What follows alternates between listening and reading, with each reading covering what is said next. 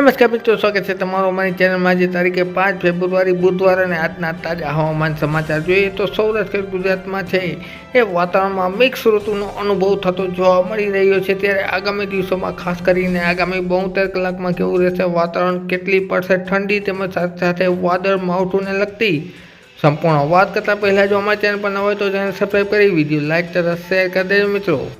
તારીખે 6 ફેબ્રુઆરીના તાજા હવામાન સમાચાર જોઈએ તો મહત્તમ તાપમાન દિવસ દરમિયાનનું છે મોટાભાગના શહેરોમાં છે એ 27થી લઈ અને 29 ડિગ્રી જેટલું તાપમાન છે એ નોંધાઈ શકે છે। સાથે સાથે દક્ષિણ ગુજરાતમાં સુરત, વલસાડમાં 31થી 32 ડિગ્રી જેટલું તાપમાન જોવા મળશે। એ સિવાય વડોદરામાં પણ 30 ડિગ્રી જેટલું તાપમાન છે એ જોવા મળી શકે છે મિત્રો। તારીખે 6ના રોજ 6 તારીખ અને રાતના તાજા હવામાન સમાચાર મુજબ ન્યૂનતમ તાપમાન છે એ સૌરાષ્ટ્ર ગુજરાતમાં 15થી લઈ અને 18 ડિગ્રી જેટલું જોવા મળી શકે છે અને અમુક વિસ્તારોમાં છે 22થી 23 ડિગ્રી જેટલું તાપમાન જોવા મળી શકે છે। એટલે કે એમ કહી શકાય કે રાતના સમયે અને વહેલી સવારે ગુલાબી ઠંડીનો અનુભવ થતો જોવા મળે છે। એ સિવાય વાત કરીએ તો જામનગર, દ્વારકા તેમજ સાથે સાથે રાજસ્થાન બોર્ડર આસપાસ છે એ કસરૂપી વાદળો છે એ ફરીથી 6 તારીખના રોજ જોવા મળી શકે છે મિત્રો। ત્યારબાદ આપણે આગળની વાત કરીએ 7 તારીખના રોજ પવનની સ્થિતિ તો પવન છે એ ઉત્તર પૂર્વનો પવન થતો જોવા મળશે। એ સિવાય વાત કરીએ વાદળોની તો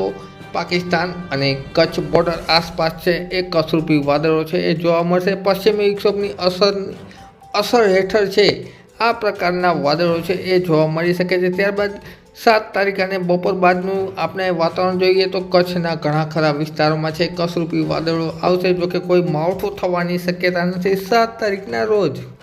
ત્યારબાદ મિત્રો 8 તારીખની વાત કરીએ તો 8 તારીખમાં વાતાવરણમાં થોડી અસ્થિરતા જોવા મળશે, જેમાં કચ્છના વિસ્તારોમાં છે એ ખાસ કરીને નલિયા આસપાસ તેમજ ખાવડા ઉપરાંત ગાંધીધામ તેમજ કચ્છના રણમાં છે એ વાદળોનો જમાવડો જોવા મળશે। એ સિવાય વાત કરીએ તો રાજસ્થાન અને ગુજરાત બોર્ડર આસપાસના વિસ્તારોમાં પણ પાલનપુર, થરાદ, ખેડબ્રહ્મા, વાવ વિસ્તારમાં તેમજ મહેસાણા આ ઉપરાંત હિંમતનગરના વિસ્તારોમાં છે એ વાદળોનો જમાવડો જોવા મળશે। જોકે રાજસ્થાનના બોર્ડરની આસપાસના વિસ્તારોમાં છે એ અમુક વિસ્તારોમાં છાટાછૂટી થવાની શક્યતા રહેલી છે।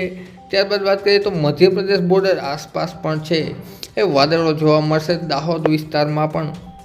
ત્યારબાદ મિત્રો મહત્ત્વની વાત કરીએ તો 9 ફેબ્રુઆરીના રોજ વાતાવરણમાં સારી એવી અસ્થિરતા જોવા મળશે। પવનો મુખ્યત્વે અસ્તવ્યસ્ત જોવા મળશે, જેના હિસાબે દરિયાઈ કાંઠા વિસ્તારોમાં છે સામાન્ય ઠાર અને ઝાકળ આવવાની શક્યતા રહેલી છે। દરિયાકાંઠાના વિસ્તારોમાં પવનો છે એ દક્ષિણ પશ્ચિમના અને ઉત્તર પશ્ચિમના થતા જોવા મળશે, જેના હિસાબે ઠાર અથવા તો સીમિત વિસ્તારમાં ઠાર અને ઝાકળ છે એ આવવાની છે મિત્રો। ત્યારબાદ આપણે મહત્ત્વની વાત કરીએ તો એક મજબૂત પશ્ચિમી વિક્ષોભ છે એ પૂર્વ તરફ આવી રહ્યું છે પશ્ચિમમાંથી, જેના હિસાબે આગામી દિવસોમાં એટલે કે તારીખ 10થી લઈ અને 13 ફેબ્રુઆરી દરમિયાન સૌરાષ્ટ્ર ગુજરાત સહિત રાજસ્થાનના વિસ્તારોમાં માવઠું થવાની શક્યતા રહેલી છે। ખેડૂતો ઉપર મોટું જોખમ આવી શકે છે। જોકે આ મજબૂત પશ્ચિમી વિક્ષોભ છે એ પૂર્વ તરફ આવતા કેટલું મજબૂત રહેશે અને કેટલી તેની તીવ્રતા રહેશે તેમજ અસ્થિરતા કેવી રહેશે તે બાબતે અમે આવનારા દિવસોમાં આપણી સમક્ષ વિડીયો દ્વારા માહિતી રજૂ કરતા રહીશું। માટે અમારી ચેનલ છે